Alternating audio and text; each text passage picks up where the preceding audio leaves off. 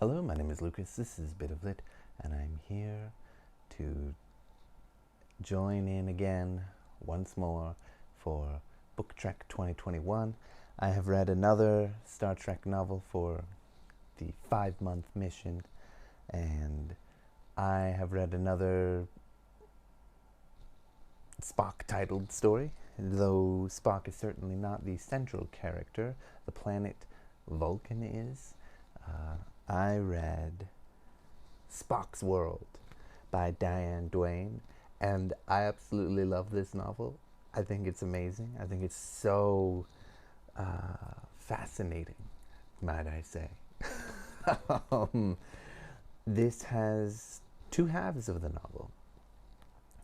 There is one half, which is the Enterprise dealing with having their sort of holiday cut short because the Enterprise was getting repairs at the time and having to go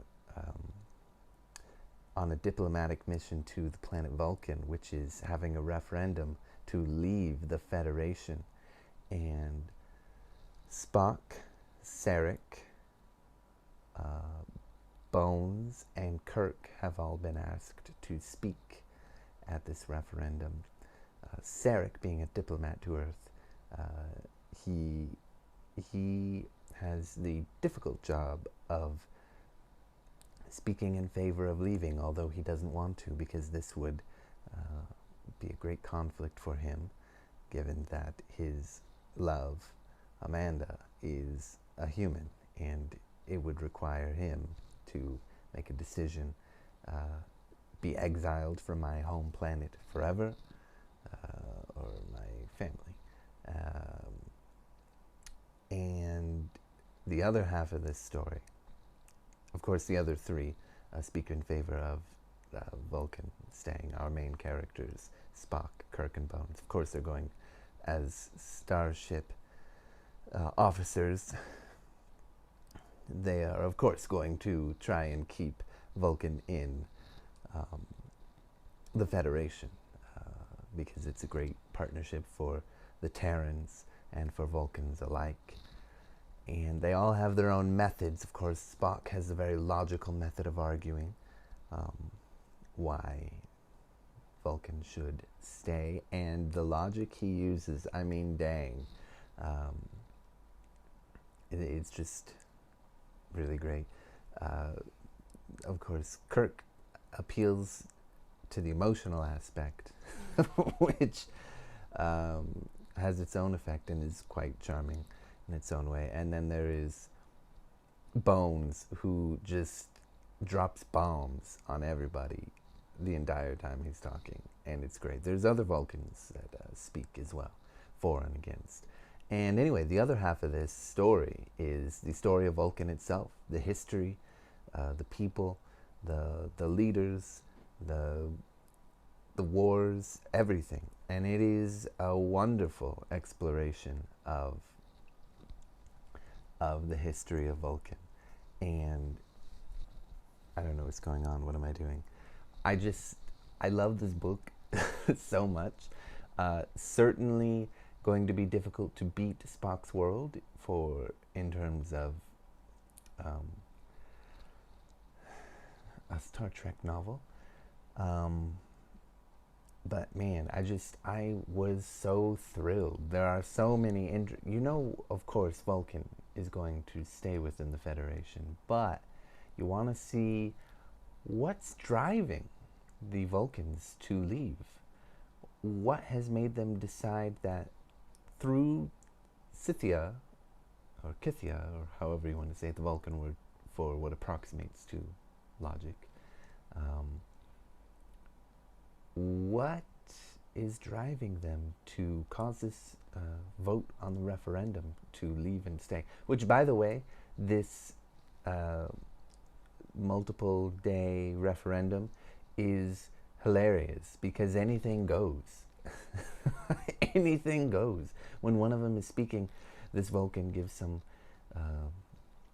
riposte to something, some retort back to something that the science scientist Vulcan has to say about the benefit of this partnership for Vulcan science, although they're the ones who've brought a lot of technology and advancement in technology. The ability for humans to have these lateral or bilateral ways of thinking, these different ways of thinking that don't necessarily come from the same, logical source, so to speak, has really helped both parties tremendously. And this guy says something, or this Vulcan says something, and she bites him on the ankle. Anything goes. Anyway, we find out it has a lot to do. This is a bit of a follow-up in some ways to the excellent episode Amok Time. And, we get to see T'Pau again, and T'Pring, and a whole bunch of other characters from the moment. I mean, the main ones are T'Pring and T'Pau, but then there's these other ones who are also there. And I've forgotten their name. They start with S. Anyway, I love this book so much. It is definitely a top 5 book for me this year. I just think, wow, man, I want to read more novels by Diane Duane. Are her other Star Trek novels good? Are her other novels good? I don't know. But I do know this. I love this book. There's so much intrigue, so much, to learn about Vulcan. I think it's a great exploration of the history of Vulcan, and we get to see the triumvirate in spectacular fashion. Mccoy is on point, Spock is on point, Kirk is on point, everybody's on point. Sarek, T'Pau, of course, oh my gosh, amazing, intelligent, brilliant woman, bringing everything together, doing everything she can to save the Federation, with a very timely death. Can I say that? I mean, it's non-canon, and it's decades old, so I feel like it's fine. But just an incredibly timely, calculated way to bring everything back home. Because with her death, of course, that is how the referendum comes to a close. Because she is the head mother of Sarek, the Sarek family. And Sarek is this important philosopher of sorts in Vulcan history, and that's why T'Pau is someone who has so much influence and power, and Sarek and Spock and all them. And she, upon the end of the book, she is growing ill and she dies, but before doing so, she makes sure that she has a human, Sarek's wife, Amanda, be the head mother. And because of you just got to read it, man. I mean, because of everything and the way it's all working, it looks exactly like all of what's going on is impacting this incredibly important figure in Vulcan society. And so, of course, Vulcan votes to stay in. And we get I love this book. I'm so glad it is not crap like Spock Messiah. Oh, man. And I'm a little bit afraid. I will continue reading Star Trek novels for TrekTube 2021. But I'm a little bit afraid that the next book I read is just going to be on par, not with this book. I'm on the Wikipedia, so I can have the picture.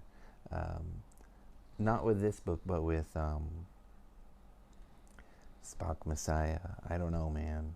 I'm really worried about that. But all the same, I loved Spock's World, and I look forward to reading another one. I don't know if I'll be able to squeeze in another TOS novel before the end of the month, but if I can, that will be great. Until then, live long and prosper. Thank you.